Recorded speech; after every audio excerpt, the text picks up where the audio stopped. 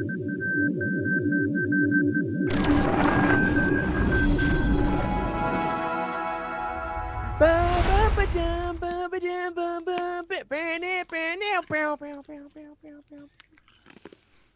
up, everyone? Welcome to The Living Force. I am your host, Eric Eilerson, with a hot mic.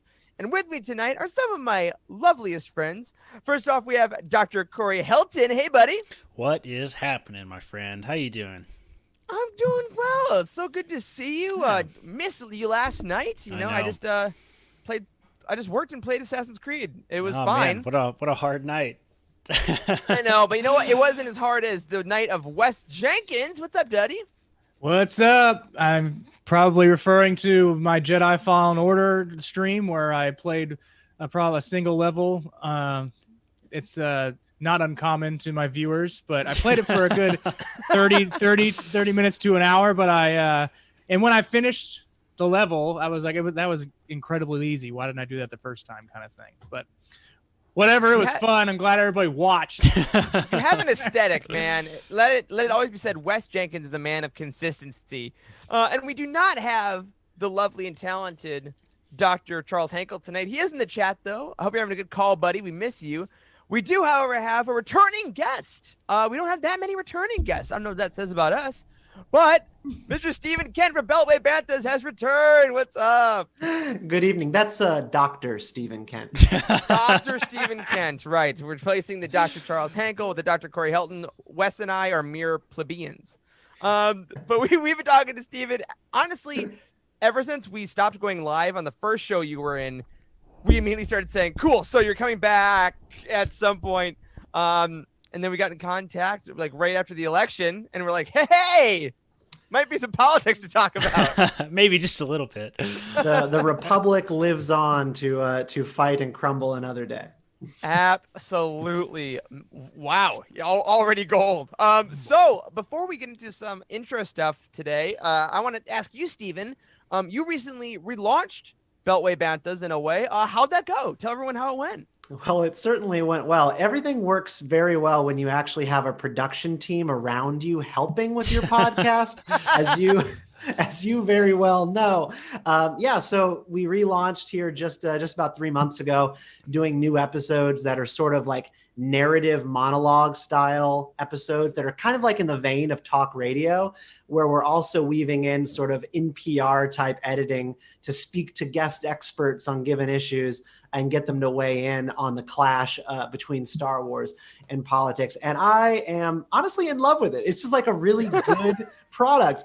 You know, I've been podcasting for 3 years, but it wasn't until just this past month that I like listened to the show and I was like, this was really good. Isn't that a crazy good feeling? I hope to get that feeling someday as well. I've heard it's cool when you're not doing nonsense like us. But in all seriousness, congrats, man. It is a great product.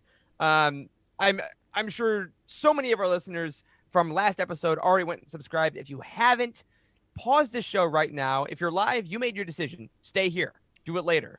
But if you're listening, go subscribe to Beltway Banthas on all your podcast apps right now, and you'll get a little preview of Steven's insights a little bit later in the show. Next, though, we want to hit Patreon real quick. We don't have any new patrons this week, and I think that's because Corey has not set his iJedi date yet. So here live on the show, Corey, this isn't in the outline. Just put me on the When spot, are you doing man. the iJedi reading? What's the timeline? Within how many weeks? I mean, the next, 52 weeks is probably an accurate assessment. I'll have to check my schedule. I got to get through this ICU month. I'm in the ICU right now, treating a whole bunch of COVID. It's pretty stressful. So as soon as I can get through all this, I'll probably set a date. Tentatively, let's say either the weekend of the 12th, the 19th, or the 26th of December. One of those 3 weekends, I'll probably do it.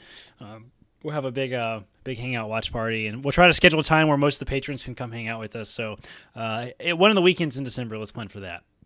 Beautiful. So if you're on Patreon, keep an eye out. Timothy, our amazing Patreon manager, will be sending out emails, 1, to ask what kind of passages you're going to want Corey to read, 2, when you're available for him to do it, and 3, probably what kind of shots he's going to have to take to get through the whole thing. But on our Patreon, we do what we do every week. and highlight a patron of the week. So Corey, please take that away. Yes, absolutely. So if you guys haven't seen this already, our Patreon is jam-packed with a ton of extra content. We have behind-the-scenes looks. We have exclusive merch, exclusive discounts, a ton of extra shows. Good Lord, we have like 5, sometimes 6, 7 extra podcasts a week. That's more than just Charles, Eric, Wes, and I.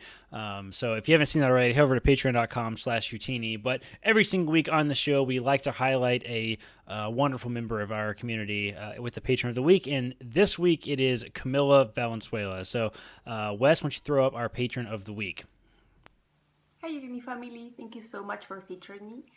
I got a couple of questions from you guys, so I will just jump in. So my name is Camila, and I was born in Chile, but I moved to France a couple of years ago. And I got into Star Wars because even though I was born a couple of years after Return of the Jedi came out, I was introduced to the original trilogy when I was quite young. I was 3 to 4 years old, by my stepmom, who is a huge Star Wars fan. And I have been obsessed absolutely ever since. In terms of books, I think I found that the book existed when I was a teen.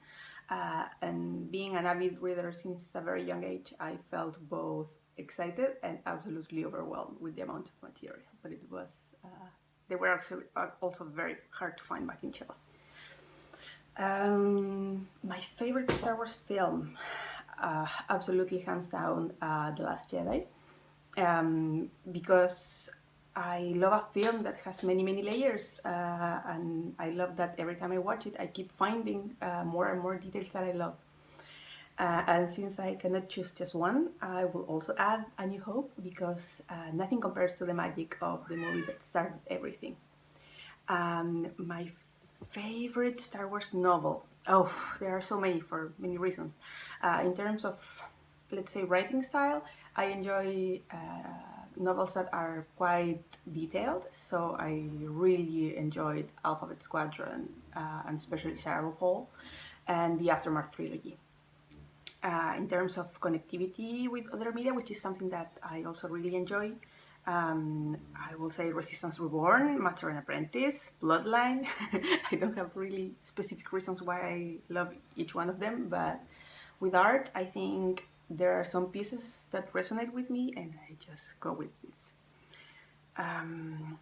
What made you decide to join Youtini? So I found Youtini through the Living For podcast, because I've been listening to podcasts and Star Wars podcasts for years and years, but no one really discussed the expanded universe in detail, and I just absolutely love when stories connect through different media.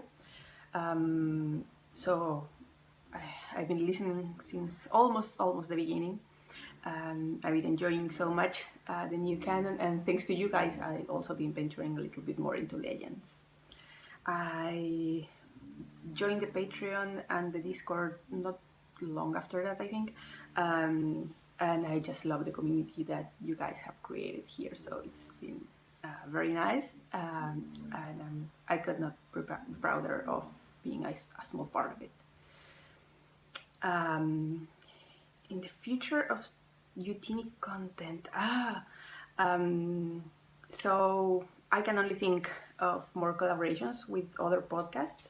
The last ones that you have done have been pure gold, so I just love them. In terms of Star Wars, whatever they want to surprise us with, really, I've been enjoying so much. Especially the series. Social media or gaming handles, you can find me on Twitter as Camo_Valenzuela, where I talk about science. I am a scientist, and Star Wars. No gaming handles. I am absolutely useless at it. I only play The Sims, but I enjoy watching other people play.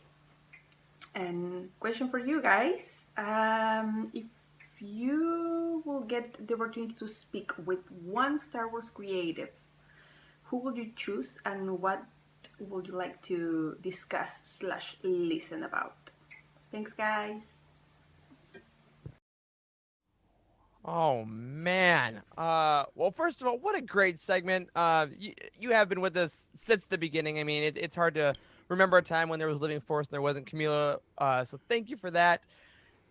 Okay, question: if we could speak to any Star Wars creative, any of them, that's crazy. Because I mean, you think Lucas, right? I mean, I feel like I went think to that's when- I went to Yeah. authors. I didn't go to big picture stuff. So Yeah. Lucas, that would be interesting. Lucas would be great, obviously. But I think as of right now, where I am in my current Star Wars journey, I think Filoni. I think if I could just sit in a room with Filoni, because I think he truly is the bridge from the Lucas stuff. He goes through all the EU stuff and then is literally driving the boat right now Yeah. with so many of the series. Yeah. Like, I think I want to sit. I want to get my own cowboy hat. I want to sit right next to him and just listen to him tell me about Mandalorian culture. I don't know. What do you think, guys? That's a Yeah, I good 100% question. agree with you. It's got to be Dave Filoni. He's such an uber nerd about Star Wars, and I love that. So you just pry his brain on why he does the things he did. He's the next generation, right? So there's Lucas, and then now there's Filoni, and then there's probably some 9 or 10-year-old out there that's going to take over from Filoni, and he's going to even take Star Wars to another era, if you will. Absolutely. Looking at the chat real quick, Trevor Davey, our buddy, says, "Does Pablo count?" Absolutely, Pablo Hidalgo counts. Yeah, that would absolutely. be. Whoo! Speak of the devil a little later on. These books that I have next to me would say he counts quite a bit. Yeah, absolutely. Stephen, Corey, what do you guys think?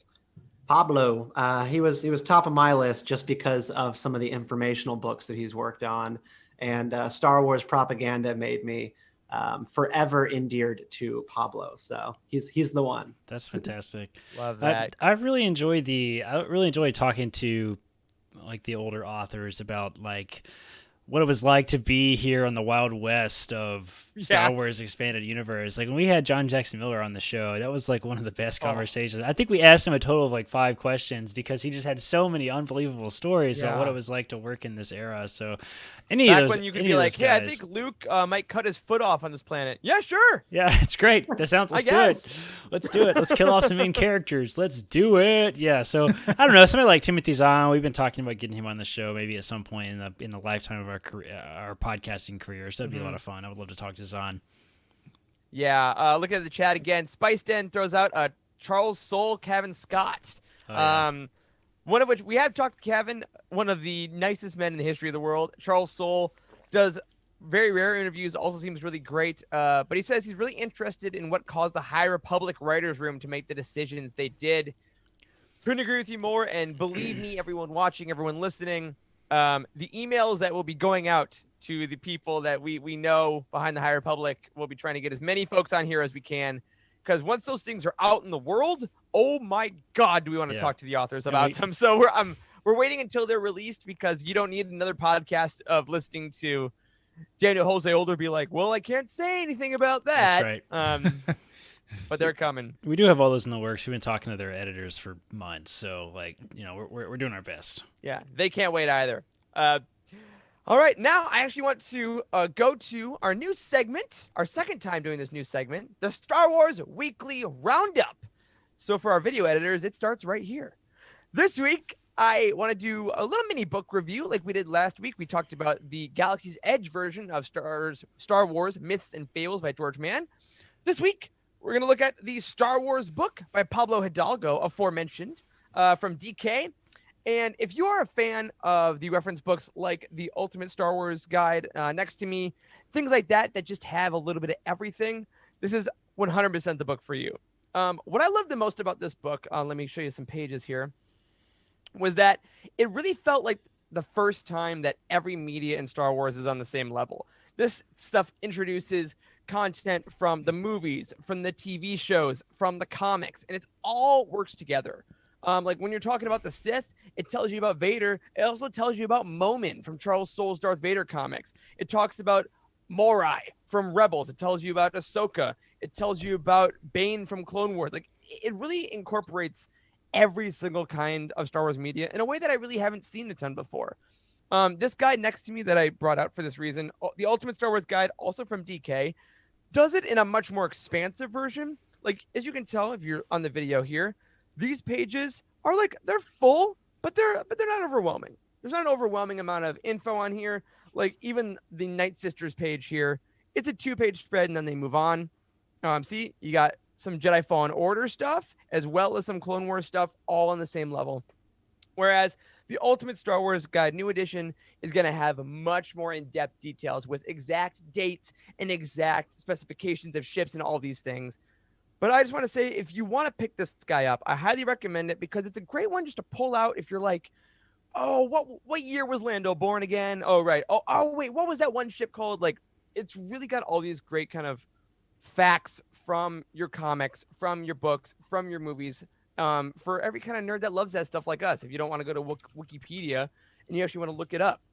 Steven, I want to put you on the spot for a second because I know you have this book on you right now.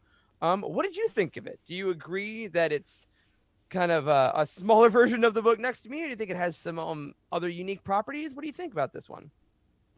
Well, no, yes, I'm just coming back from reading this fantastic book. You know, it's such a journey because like there are not many guides, like you mentioned, that incorporate all of the different elements of creative in Star Wars. Where like this page I'm on for Kylo Ren, you've got not just images and references from the movies, but you've also got comic book imagery here. And this is information and telling of parts of the story that you only get in the comic books. And I don't know if your listeners are like this, but I don't keep up with everything in Star Wars. There's just too much. Right. So you got to have something that condenses all of it. And I've never seen a book do it in as attractive and succinct a fashion as the Star Wars book. So I'm just loving it. And they've got like an entire quarter of the book dedicated to the galaxy's political factions. So, yes, they do. Of course. So I'm in love. Yeah, it's seriously a great book, and we'll be talking about those political factions later on in the show. So if you actually are watching live right now, you have this book, go ahead and grab it real quick because I'm sure we'll be referencing pages of it later on in the show. But if you do have this book or do you want to go pick it up, head over to Youtini.com. We got a page for it. I believe there should be pages for all the reference books. And if not, head over to Amazon, pick it up, and you'll love it. Thanksgiving break, take an hour, sit down in your turkey coma and read some Star Wars facts. Some other things that happened this week in Star Wars, and as my books fall embarrassingly, there was an announcement that made, I know, at least Jared and Trevor on our team very happy. Guys, you hear about this? Star Wars Insider Fiction Collection Volume 1 is coming from Titan Comics, which, if you don't know, is the first ever comprehensive physical binding of the short stories from Star Wars Insider. Did you hear about this? Yes, this is one of the times I've certainly eaten my words when it comes to Trevor and the database team. I don't think we've talked about this, Trevor, but like I was like certain this would never be published, something like this. This is the type of obscure stuff that Trevor is a genius about. You know, they have a show coming up that we're going to release on Patreon pretty soon, and this is the stuff that he's obsessed with. There's all these tiny little details that were published one time in Star Wars Insider in 1998 that no one else has read. Like, it's incredible. I'm excited about this. I can't wait to read all these. Yeah, it's really going to be cool. And for someone like me that didn't really start in reading Star Wars when Insider was really putting out all these Legends stories, it's great to have them all in one spot because you can try to track them down. There is a fun pursuit for that. You know what I mean? But to have them all in one spot is really great. And on our new releases page over at Youtini.com, it is up there. You can pre-order, to quote the synopsis, it has stories from Han Solo, Princess Leia, Lando Calrissian, Darth Vader, Darth Plagueis, Hondo Ohnaka, Captain Rex, Darth Revan, and more. And if you're on Discord, head over to the EU Legends Books tab where Trevor did a lot of research and put up some theories about what stories might be included. So awesome. Cannot wait for that. Additionally, this week we got some surprises from Del Rey. They put out a ton of audio podcasts with their From a Certain Point of View authors. We were talking earlier about trying to interview some authors later on this year, but all the editors at Del Rey sat down and did like 10 to 20 minute talks with every single writer of From a Certain Point of View, Empire Strikes Back, about their stories, about their creative process. So head over to any podcast app, just search for From a Certain Point of View. It'll come up. There's going to be 40 individual episodes. So congratulations, especially to our good friend Tom from our Discord server, who conducted a bunch of those interviews. And I've done a couple of them. They're super fun. And it's really cool to hear these new writers geek out about this new thing they've gotten to create. Very, very awesome. Additionally, our friends at Del Rey, they made a crazy week of this week in Star Wars, guys, in this Star Wars Weekly Roundup. The first 8 chapters of Light of the Jedi got released. Did you see this? Yes. Like, officially. That's significant. 8 chapters is a lot. Like, yeah. Del Rey was like, okay, for free, we will release the first 8 full chapters of Charles Soule's Light of the Jedi, the first High Republic novel. They've all been released for free online. Go to the Del Rey Star Wars Twitter account is where I found the link. It's all over the place. And it just gives you essentially a big prologue of the book. I will admit, I read the first 3 chapters and then I stopped because I was like, I love this, and I'm gonna reread it when I get it anyway. So I'm saving a bit of it. But if you're not sold on the High Republic for some reason, I'm not sure why you're watching this show, but welcome. But also, this is a great way, I think, to get maybe some good friends in, to get some people that maybe aren't sure if they want to buy it yet. You get 8 chapters of Charles Soule writing for free, if nothing else. So definitely go check that out. And finally today, I don't know if y'all have watched it yet. It's Life Day. The Lego Star Wars Holiday Special got released today. And it is.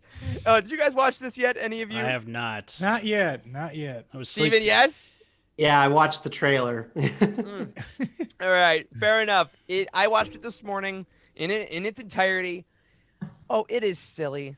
It is fun. It is meta. It pokes fun at itself, and it is just a great little blessing to end 2020. So I want to tell all of you in the chat right now, happy Life Day. I hope that you're all giving your grandparents weird Wookiee sex VRs and watching Lego movies. I'm not going to tell you whether that reappears in the new one. but go check that out if you forgot it was coming. Yeah. Extended edition. Yes. Who knows? But if you forgot that it was coming out on Disney Plus, it's there right now. So, Trevor wanted me to mention how wholesome it is. And it is. It is an incredibly wholesome piece of media that just, it celebrates the love of Star Wars, of all Star Wars eras, of all Star Wars humor. Really fun. 42 minutes. Check it out. And of course, if you're looking to purchase some books like Light of the Jedi or any of the ones we've talked about thus far in the Star Wars Weekly Roundup, head over to Youtini.com and grab the High Republic novels in January. Light of the Jedi by Charles Soule, January 5th. A Test of Courage by Justina Ireland, January 5th. Into the Dark by Claudia Gray, February 2nd. And the Star Wars Insider Fiction Collection, Volume 1, March 23rd. And hey, if you want to buy 5 copies so the numbers go up so Trevor and Jared can keep getting Legends content, I'm sure they would appreciate it. Thank you so much to Frank and our team for keeping that release schedule updated. Oh, all right. Corey, can you remind people, we had some new merch last week. We're going to run an ad here in a second, but tell them about the promo code they can use through the end of this month.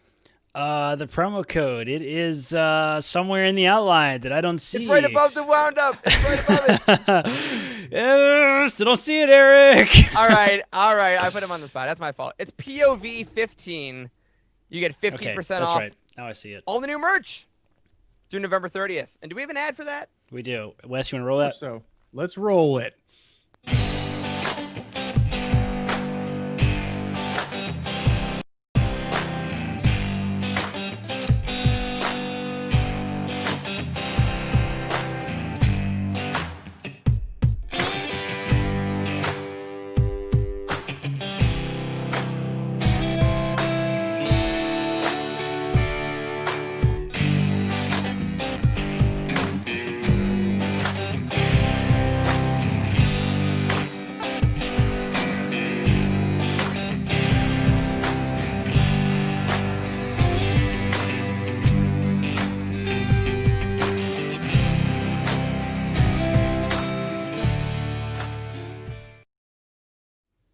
All right. Can we get back to politics? Yo. So we did that earlier. We were going to talk about the Beltway Banthas relaunch a little bit. Let's dive into that fully. Yes, that was a Hamilton reference for all my Hamill fans. Steven, you briefly talked about your new format at Beltway Banthas, and you talked about you got some cool future plans coming up. let's give that full reign. It's all you, sir. Go into depth a little bit with where Beltway Banthas is going to go, what series you got coming up, and a project you want to talk about. Yeah, so the first thing is that our most recent episode was for the month of October. And what we did was an exploration of everybody's anxieties heading up to the election. And I know what you're talking about. Yeah. Nobody was nervous at all. But we did this episode about how you shouldn't have to be nervous. Like, you shouldn't live in a country where every 4 years your future feels like it is under threat, and your livelihoods, your sense of self, your identity is in peril based on who wins an election. And we took this episode and did an exploration of the Tarkin doctrine and this whole idea of how Tarkin envisioned the Empire ruling, and it was through fear. And the Death Star emerged as sort of like the project to tie the galaxy together and keep everything in order once the Empire came to fruition. And so we do this really, I think, neat exploration of why that is not something that you want to have happen in your own world. And we've allowed it to. We very much have allowed our politics to become like this Death Star sized threat in our lives. And I think you will enjoy it. Now we are past the election. We've got some great reflections on it. But I think it's a space, and it always has been, where people can be themselves, share their anxieties, talk about politics, and it's just, it's not a place to do battle. It's just a place to listen. So not every podcast is good for that, but we try to carve out that space. No, and that's brilliant, because you nailed it. When it's in a weird way, it's kind of how we want to view Star Wars discourse, right? Like, we feel like politics and Star Wars, I gotta say, personally, for the last year, my Twitter feed has been those two things, and you combine the anxiety of both those things, and oh my goodness, they both should be things that are constructive and that are made out of passionate people that know how to create and run things smoothly. And hopefully, we try to bring the Star Wars here on this show with the love and the perspective. And Beltway Banthas, if you have been listening, folks, it is exactly what you're talking about, Stephen. It is that place of being able to voice thoughts and being able to craft things in an interesting way without feeling like every time, which is great. And I appreciate your willingness to do that and to bring this format that is more narrative and really interesting and clearly well researched. And before we talk a little bit about some specific Star Wars ideals that may, I don't know, I'm trying to think about a phrase that pertain to the modern political climate in the next few months, looking ahead, I'm going to ask you about 2021 for your show. You say you have a series coming out, and it's going to be tied to a very specific thing that I want to give you a chance to plug now, and of course at the end of the show as well. Yeah, so I think last time I was on, I might have mentioned that I was working on this idea for a book. And I have big news, which is that the book has been sold, and yes! I'm going to be in 2021 the author of How the Force Can Fix the World. And this is going to be coming from Hachette Publishing, and it's going to be a look at the core principles of Star Wars throughout all of the movies and the television series as well, that if we applied them to our personal lives and to our political frameworks in which we sort of think about our own politics, we would not only be happier, more sane people, but we would also get along better with our neighbors and have a more sane political discourse. So this book is going to be looking at stories of redemption, humility, empathy, hope, aspiration, all sorts of things in Star Wars that stand out, that make Star Wars a uplifting piece of fiction. And that if you actually look at it as a way to live, it can make everything in your life better. So really excited to get the opportunity to write this book. The problem is that now I have to write a book. That old thing. I thought about this big idea, which was, what if I turned Beltway Banthas into a book and then someone took it? So now I'm just like, I got to take the money and run. So yeah. Oh my God. I'm going to flee to Bermuda. But so This is going to be a Christmas book for next year. So do look out for it, and you can keep up with it by subscribing to my Substack. It's politicizeme.substack.com, and that's where I'll be talking both about the politics of Star Wars and this book. And we're going to be doing a 12-episode series, one per month next year, that looks at the themes that each chapter is going to be addressing, and then finish up right around the time that the book comes out. And then you can read about all those ideas more in depth. That's fantastic. Man, congratulations. That's got to be a huge accomplishment. That's fantastic. Big thanks. Yeah.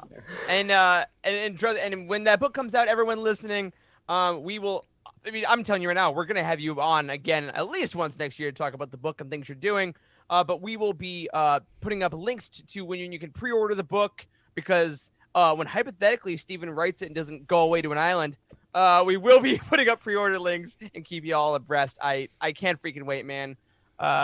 Congratulations. That's so cool. Yeah, thank you. Thank you for giving me an opportunity to talk about it. Yeah, absolutely. Here, I'm going to say congratulations. I'll crack a cake in your honor. Because now I want to talk about some things in the modern political climate that have to do with Star Wars, as we did last time Stephen was here. Eric definitely doesn't have any opinions about this. I don't even know why we're talking about this on the show. No. I do have a sticker of President-elect Biden on my laptop, which is his full name. Thank you all.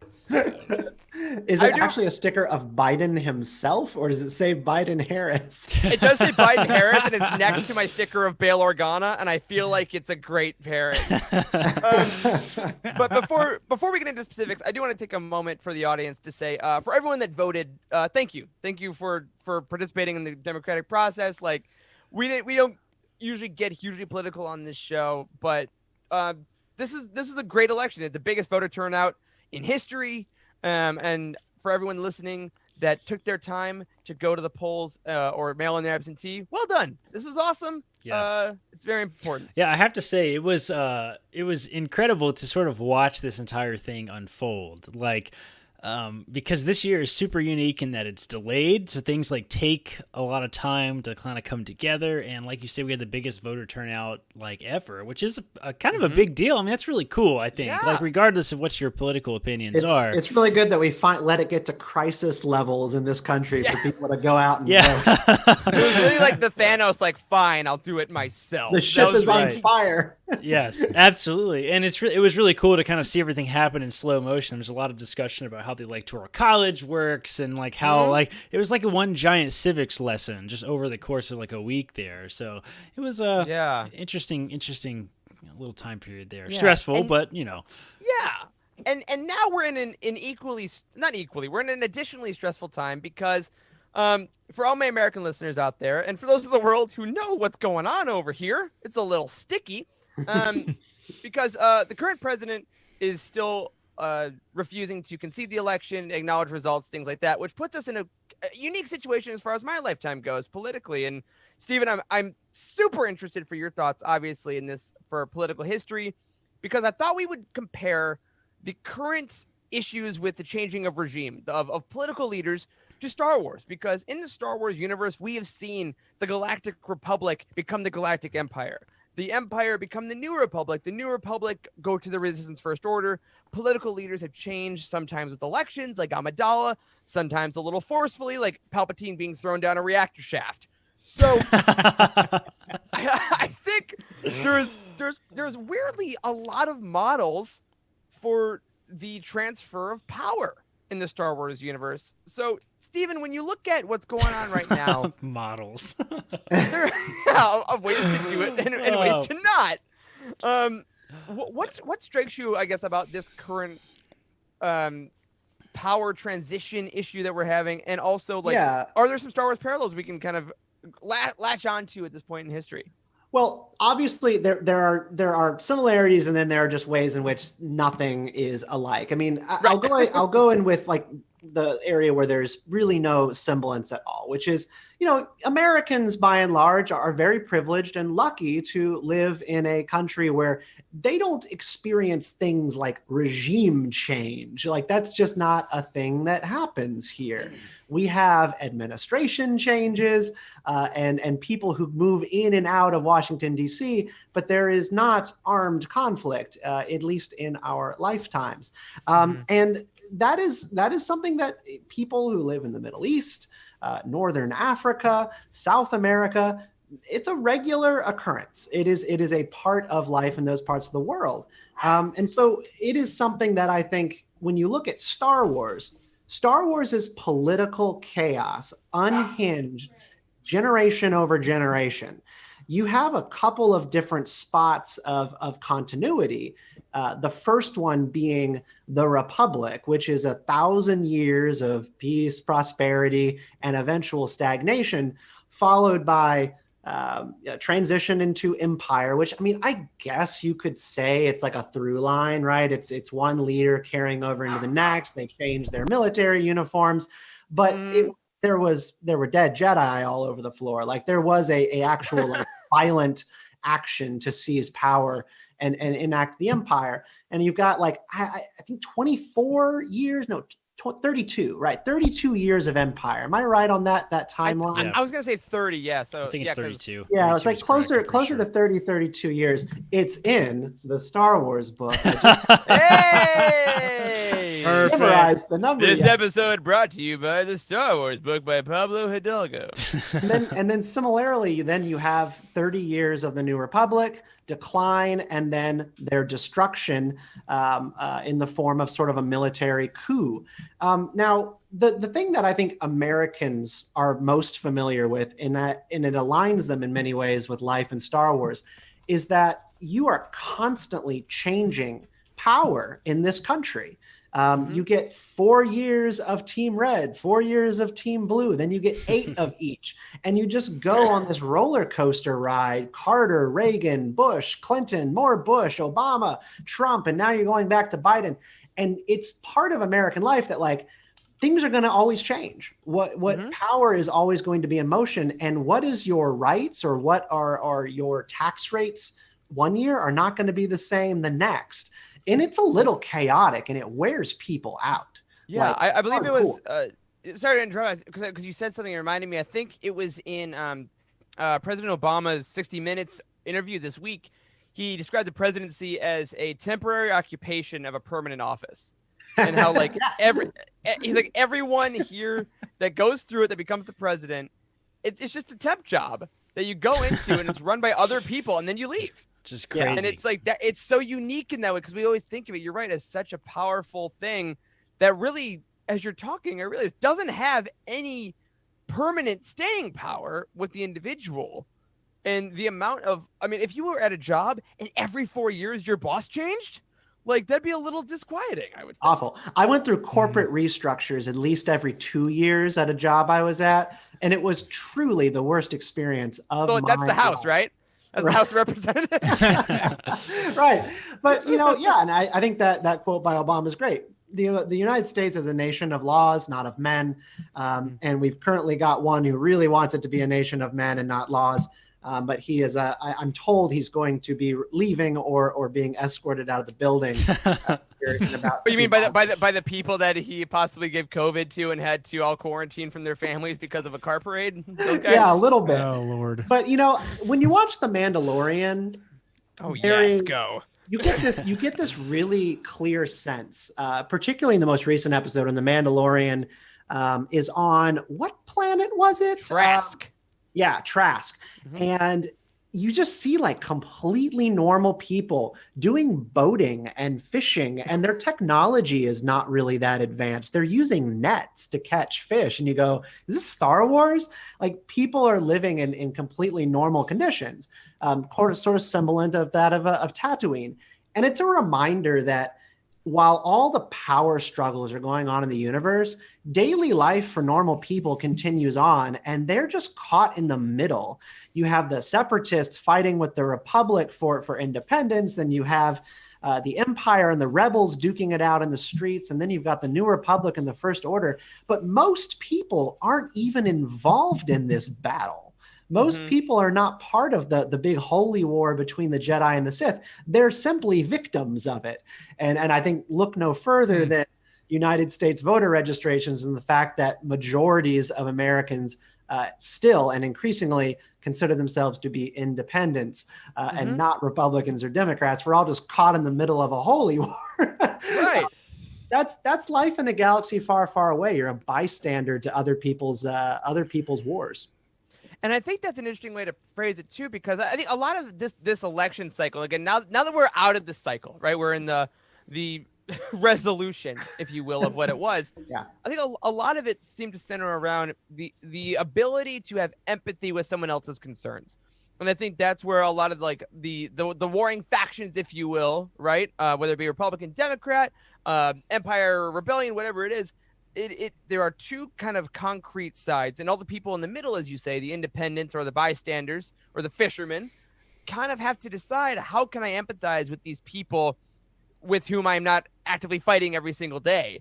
And I think that's an interesting way to think about it too, because I love your example about the Mandalorian with these people that they just want some Beskar because they'll get more money, they can get more chowder or something like, and that's kind of their day. And there's a lot of voters that maybe live in places where there aren't a lot of people different than them, or they haven't met a lot of people in different circumstances, whether that be financial, racial, etc., that are like, I just want to go through my life. I don't want to hear the noise. And there's a halt. There's an inability to kind of identify someone else's struggle. So I want to ask you, do you think this election cycle, with the record voting numbers, the record, everything, frankly, do you think that's starting to show the middle being able to empathize a bit with people they don't know? Or what do you think that's about?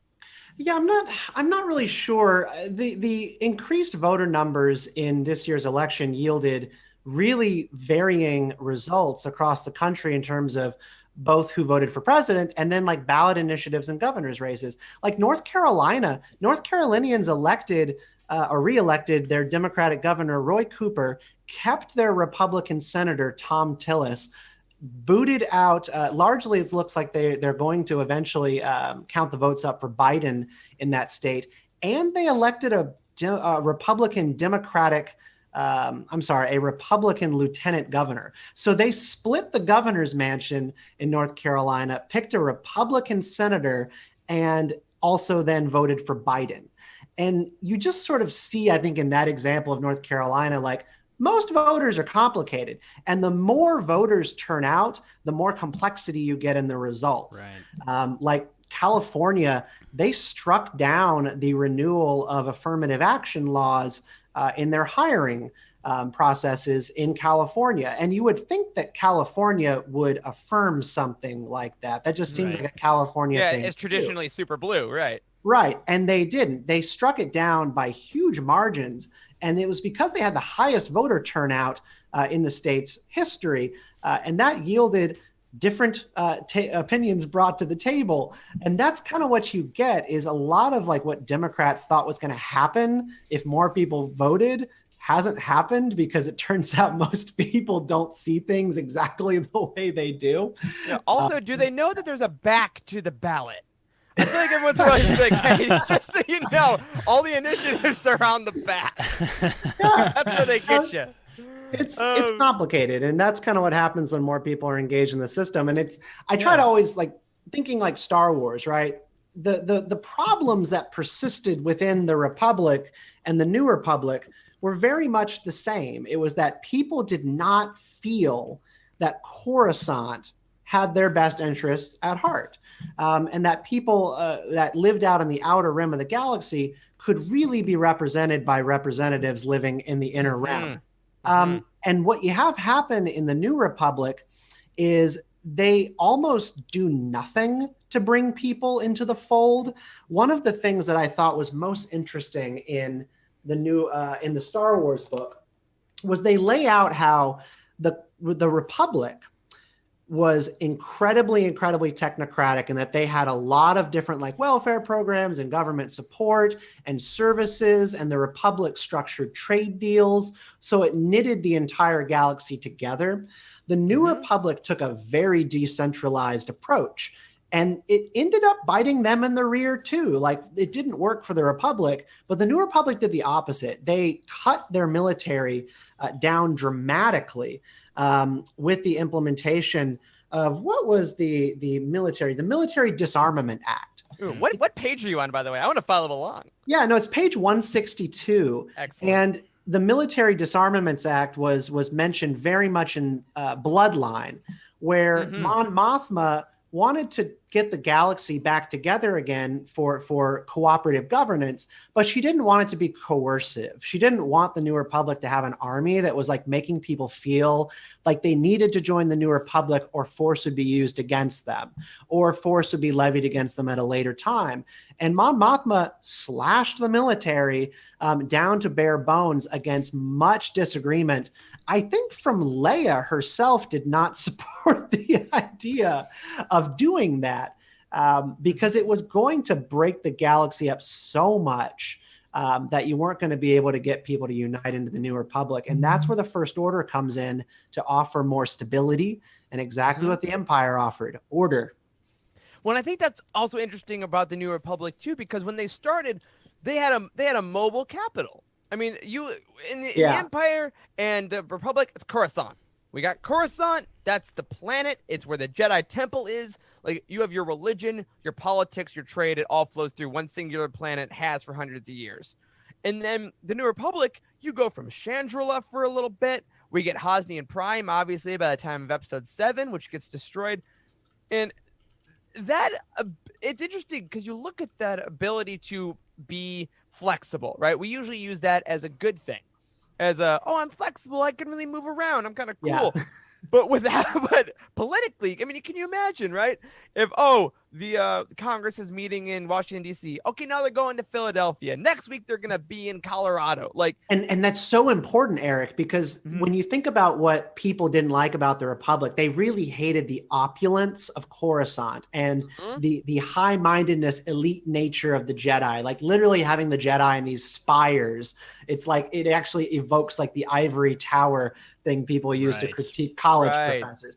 You know, and it's the idea of the New Republic was, we're going to move the capital between different member worlds so that people feel like they have a voice, and like, oh, so they're not going to be meeting on Chandrila this 5 or 10 years, but they might be on my world the next. And that's when I'm going to be able to really be more involved in that process and feel connected to this thing called the New Republic. You know what? It sounds a lot like the Olympics. Exactly what it is. Yeah. Yeah, that's true. And it makes it something that moves around.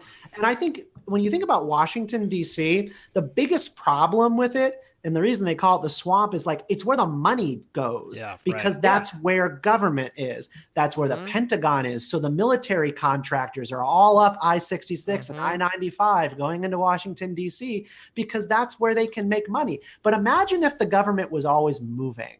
Then you couldn't station all of that money in Washington, which holds the richest zip codes in the entire country. But it wouldn't be that way if you didn't have these ivory halls that just attracted all the money and power. Right.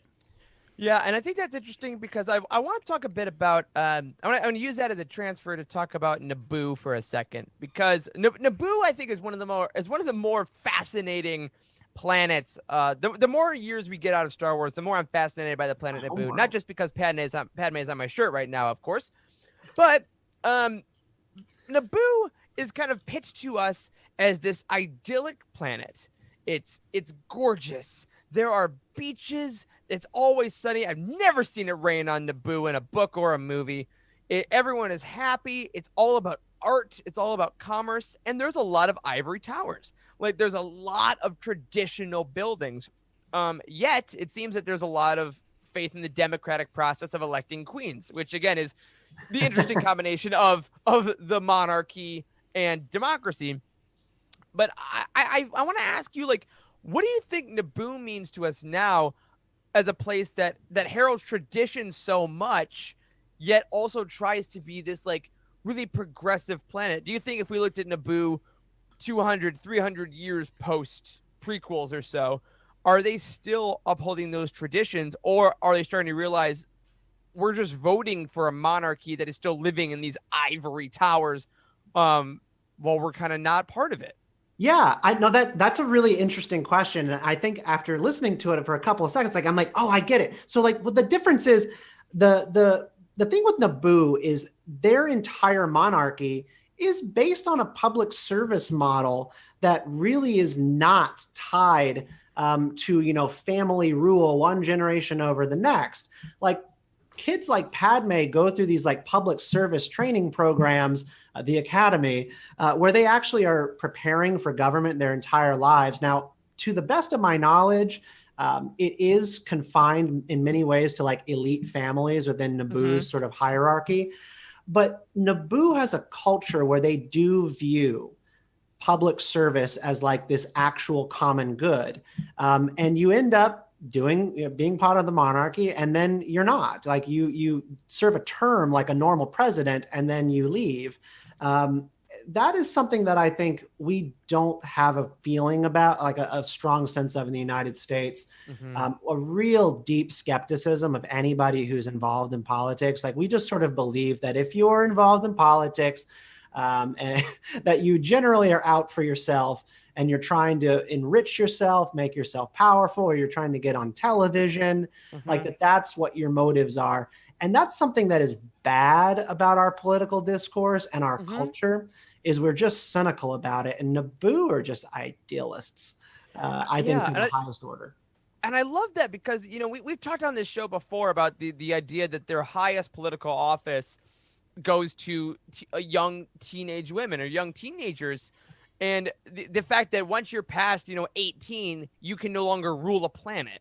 Yes. So by definition, you can't end your career as like the high politician, which I think we're seeing now with we went from President Obama being one of the youngest presidents in history to now Trump and then Biden being some of the older ones.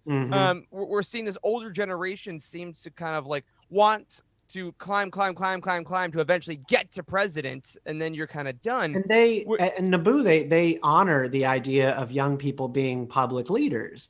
Right. And it's something that I write about I finished this chapter for the book so far for how the Force can fix the world. It's my chapter on humility, and the entire chapter on humility looks at Naboo's monarchy and Padme as an example of what you want in a leader. And it's that they don't believe at all times that they know what is right to do. They don't have ideology. Right. They have ears to listen, eyes to see, and they make decisions based off what is in front of them and what people around them are telling them. But Padme doesn't enter the monarchy with an ideology about how Naboo needs to be run or exactly what Naboo's place in the world needs to be.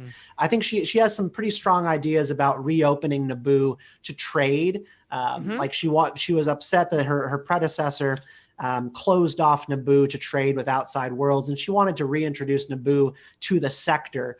But for the most part, like what makes Padme an effective ruler is she's surrounded by advisors. And in the case of Naboo's royalty, the advisors are actually listened to. You actually listen to what these experts tell you, and then you make decisions based off facts. Imagine that. That's just something that we don't get a lot of. We're very steeped in ideology, and it's for a lot of reasons, but it's definitely not because of age. I mean, older people are set in their ways. They view the world a certain way, but a 14-year-old doesn't. Right. And there's something to be said for that.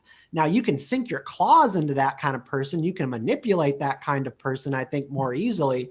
But Padme has an inner circle that she trusts, and I think they served her very well. And we certainly see that sort of dichotomy a little bit between Padme and Anakin in Attack of the Clones, right? Because Anakin's he was around the Republic for the majority of his. Sorry, my dog's being kind of crazy. He was around the Republic for the majority of his life so far, and then Padme has also been around her form of government all this time. And she's still pretty new to the whole senator thing, which she finds to be quite frustrating, as we see in the most recent Padme book. But we sort of see that of like Anakin's like, well, they should just have to get together in a room and make decisions about things, and that seems like such a foreign concept to him. And Padme's like, well, that's like what we have, but it doesn't work at all. Yeah, which I love too, because I mean, there is that moment I feel like for every person when you're learning about politics, or when you're questioning the political system, where you're like, this thing should just happen, and you find out that it does, and it doesn't work, and then you're like, oh, well then what? And I think that's kind of where this election... They should be made to. Yeah, they should. You know, this is why I am personally looking at the way Congress works. And I remember it was in the early 2000s when there was this big push against earmarking in congressional budgets, where congressional budgets would be negotiated between Republicans and Democrats every year, and with whoever was president. And each side would go through an earmarking process where they would go, okay, well, I will vote for this budget if you allocate X million dollars to my home district, so we can build a new bridge or a new highway system, or we can build some museum, right? This was called like pork barrel spending, where people would get write-offs basically in the budget to benefit their district. And It's been banned. They banned it like 15, 20 years ago. I can't remember exactly when, but earmarking has been banned as a way to eliminate corruption. And a budget has never worked since. And that's something that you have to think about when it comes to like good intentions, and also just what politics is really about. Politics is about getting what you need and getting what your constituents need. And earmarks was how you did that. Right. But very high-minded people who viewed that as like a corrupt process wanted to get rid of it. And now it doesn't work anymore. Do you think that's sort of kind of that idealistic sort of attitude that is so prevalent on Naboo that we see? Like, we talked a little bit about this last time we had you on, Stephen, about like I think I made some comments about how we need a little more idealism in politics and like that. And you had a little bit of a retort for me. I can't remember exactly what you said, but you were talking about like, well, there are disadvantages to that. And this kind of seems to me like maybe an example of that, right? Of like where this difference of, you know, how it should work versus how it does work, and then the unintended consequences of that, how it all comes together. Like, do you think that's kind of the result of that? Yeah, I mean, I think it is. The reason that we have the government we do is because the framers, were incredibly skeptical of the inherent virtues of human nature. They did not believe that people were good naturally. Like, they believed that they had to be restrained in many ways in order to have a government that protects people's natural rights. Now, the United States government did not do a good job of that up until at least 1964. And now we are like starting completely fresh as a republic, in my opinion. We're like actually giving it a real try. But yeah, I mean, like, the reason that our government has so many hurdles is because they were put there to stop people from leveraging what they think are like good intentions for everybody. And Star Wars is about the struggle of people versus their good intentions. It's everything that Anakin falls victim to, is just believing that like, oh, like I have a vision of like what the world could be better, and how things could be more clean and non-corrupt. And, you know, he implements a lot of different visions for changing the galaxy, and it usually involves a body count. Like, you have to get people out of the way to make things work the way you want to. And that's just the way it is in a galaxy far, far away. But it's a lesson that I try to incorporate into my own worldview all the time, which is good intentions do not necessarily make good policy or good politics. Right. Well, yeah, and it leads me to one more big thought I want to hit here. Is that on this eve of 2021, on this eve of this new cycle of politicians that have been hired, of incumbents that are coming back, of new people that are going into the halls for the first time, we still see these trends of people that are voting for the person rather than policy quite a lot. Like, we seem to have fetishized the positions of power in the United States, especially, of like, oh, where they're a representative or they're a president, and you support the person. It's the name on the poster. It's the name on the flag. It's the party they represent and things like that.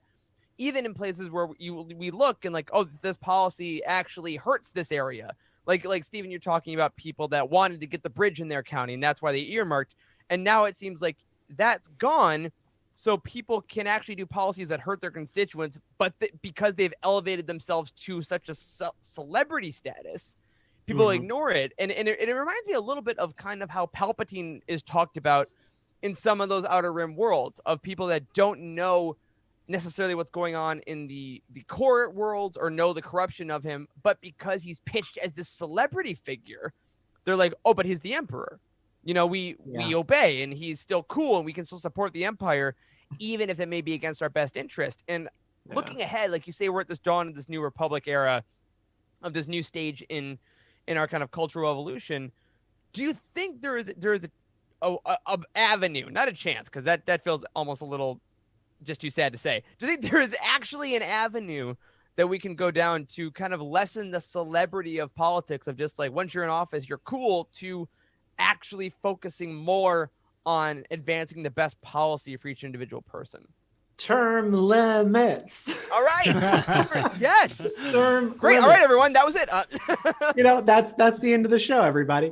You know, yeah, I mean, the problem with the Republic, and it ended up being what's called now the High Republic era. You're gonna learn about this in some of the upcoming books that y'all are going to be reading and reviewing. But the High Republic era didn't necessarily mean it was the best times in the Republic. It was the peak of the Republic's opulence. And opulence is not usually used in like a good context when you're talking about government. Right. It was the peak of its bureaucracy, its stagnation. And when you are at the peak, that's when the decline begins. You can only go down from there. The High Republic is when it never gets any better, only worse. And this comes about because just the Republic becomes so complacent after 1,000 years of sort of peace and prosperity and markets and flourishing.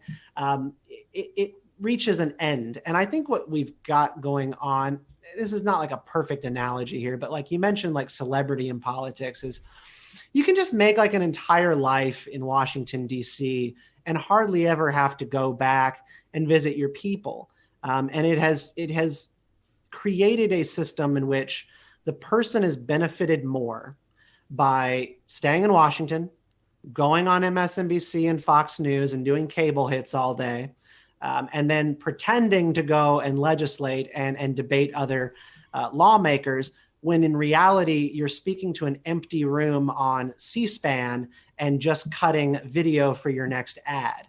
Like, we've just created this entire system in Washington, D.C., where they don't actually have to come home and deliver anything. And it's again, like those good intentions. It's getting rid of earmarking so that they're not forced to cut deals and make tough decisions about budgets.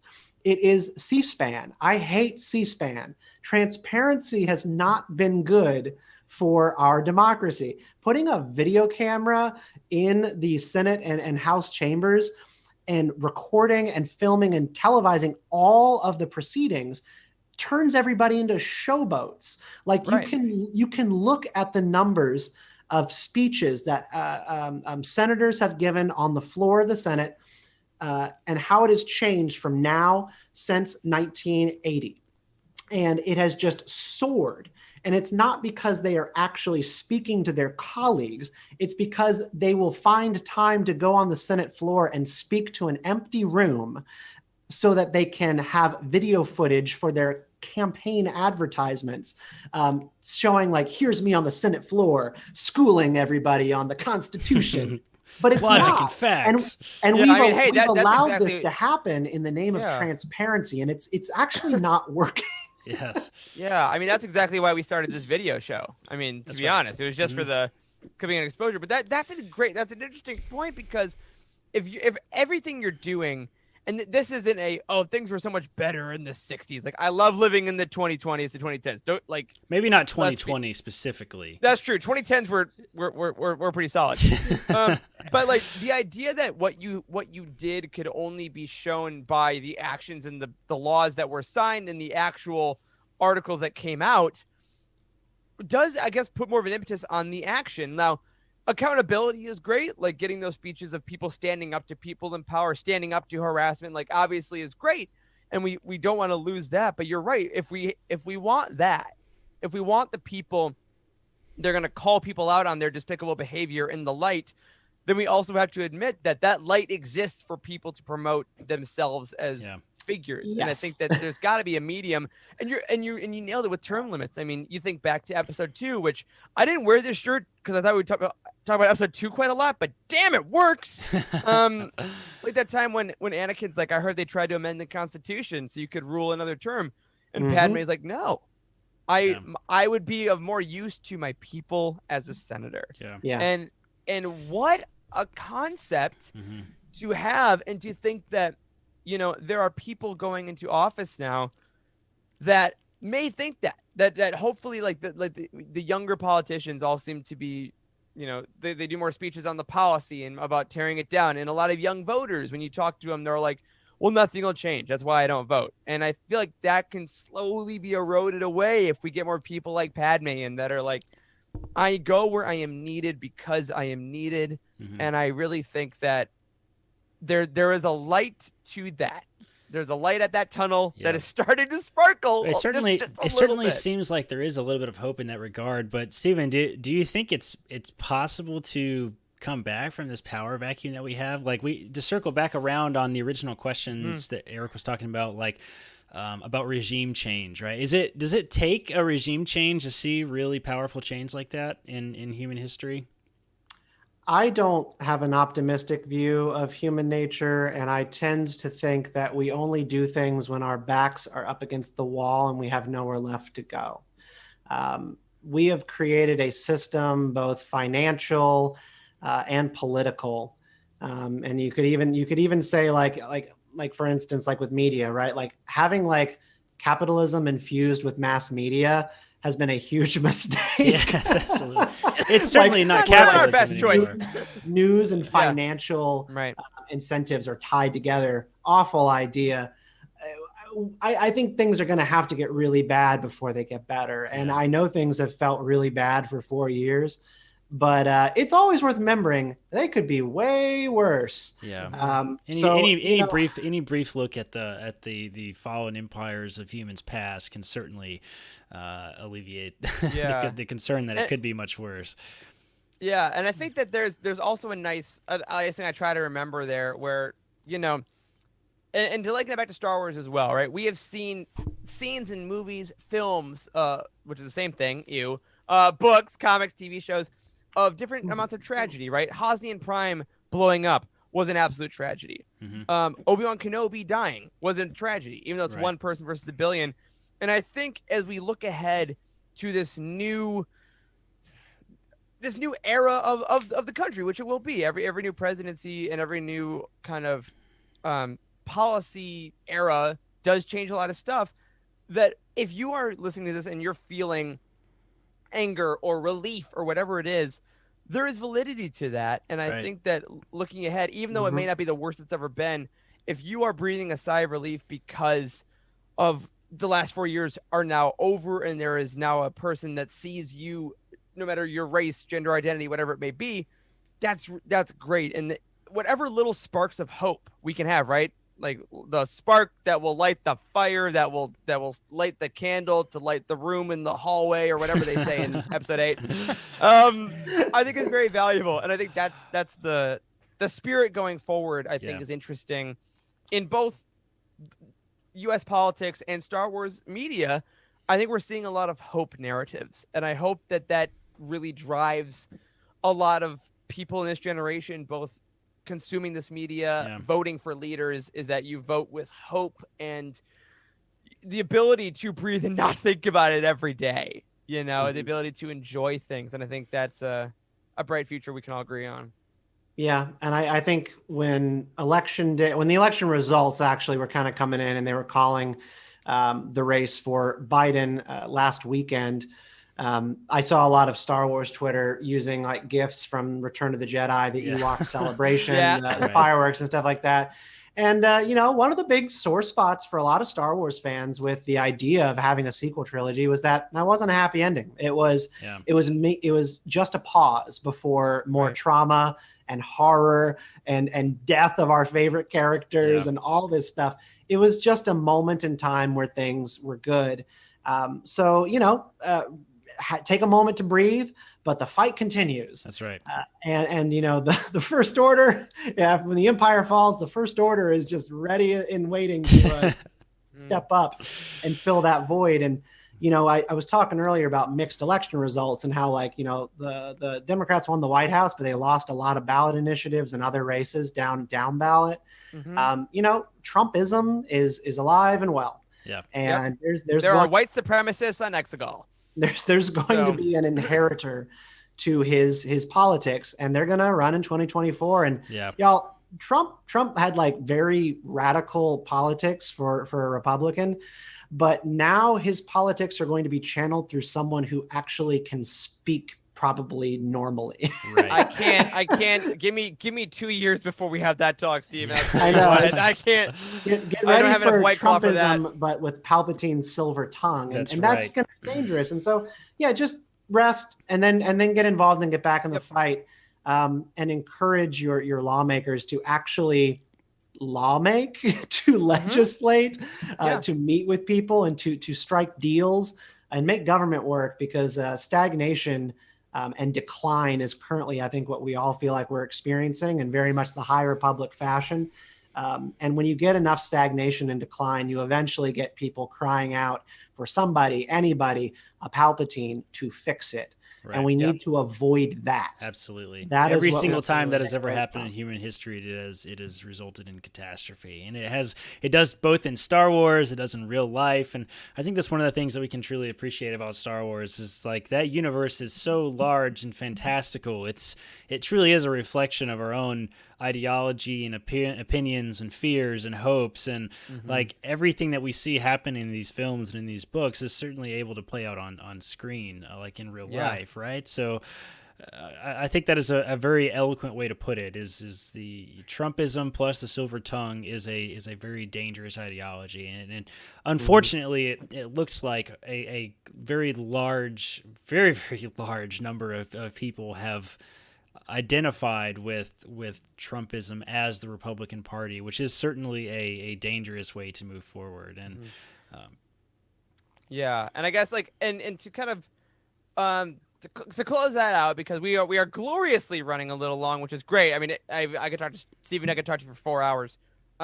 Let's be clear. Let's be clear. Yeah. Let me be clear. I don't like doing that. That wasn't great. But the ideas of Trumpism, I guess we never said them officially. If you haven't gotten them by now, do not mesh with this podcast. Do not mesh with anything that we try to put forward. Do not mesh with what Star Wars puts forward. But we think that, like Steven, like you're saying, there was a lot of good in the world. There is good for people that want to make change, and take your breath, take a lap, and then get right back to work and listen to people that know what they're talking about. Listen to experts. Listen to Beltway Banthas. And Steven, come next Christmas, remind me what every single listener is going to be pre-ordering to put in the stockings of all their political allies and foes. How the Force can fix the world. And you can stay up to date on it by going over to politicizeme.substack.com. And I'll be posting more about it there. Fan-freaking-tastic. All right, we're going to do a couple of housekeeping things here before we say goodbye to Steven, because I want to keep him on the Zoom call as long as I can. Wes, tell us what's going on this week in Youtini Game Night, please. So, Youtini Game Night, I hope you all enjoyed it. If you are a patron yesterday, and if you received the feed on Friday, I hope you loved the stream on Wednesday, because Andrew is going to be playing Squadrons along with Eric. Eric is going to join him, and apparently they're going to have a trivia contest. So I hope Andrew beat you, Eric, in your face. And thanks, buddy. Youtini game nights are happening on Wednesdays and Fridays, and there will be some times where we'll just throw it up there on the weekend whenever somebody has time. So we pick a Star Wars game, whether it be new game and old game. I'm thinking about doing some streams with Super Nintendo games coming up pretty soon. So it's great time. You can catch the replays on YouTube, and the big ones we got going now are Battlefront, Squadrons, and Jedi Fallen Order. Absolutely. And with Lego Star Wars coming out soon, there'll be definitely some of that. And if you want to keep up to date on all those, we're going to keep you abreast as we can on this show. But just subscribe on Twitch to Youtini_US. You'll get email alerts. If you're in Gmail, it's in your promotions folder, just so you know, when we go live. Every Thursday, the Legends Look Back crew, Jared, Freddie, and Meg are going live every Thursday talking about some great Legends content.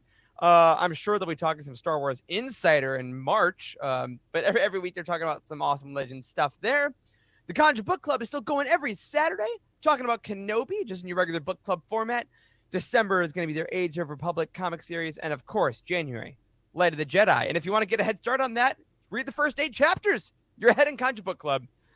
Oh, and on our Patreon, of course, we just released today, as of this live show, our latest bounty hunt on the Mandalorian episode, which may have been, not to brag, our best bounty hunt episode ever, which I believe we are releasing for free to everyone. Is that correct? That is correct. We just gotta do it. Just gotta put it out there. All right. So if you're listening to this on the main feed, listen to our last bounty hunt episode for absolutely free.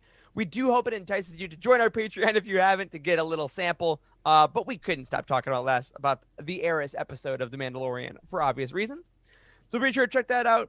Charlie and I are still going through season 2 of Star Wars Rebels on the Ghost Crew. We had a little hiatus with life events, but we are back doing that.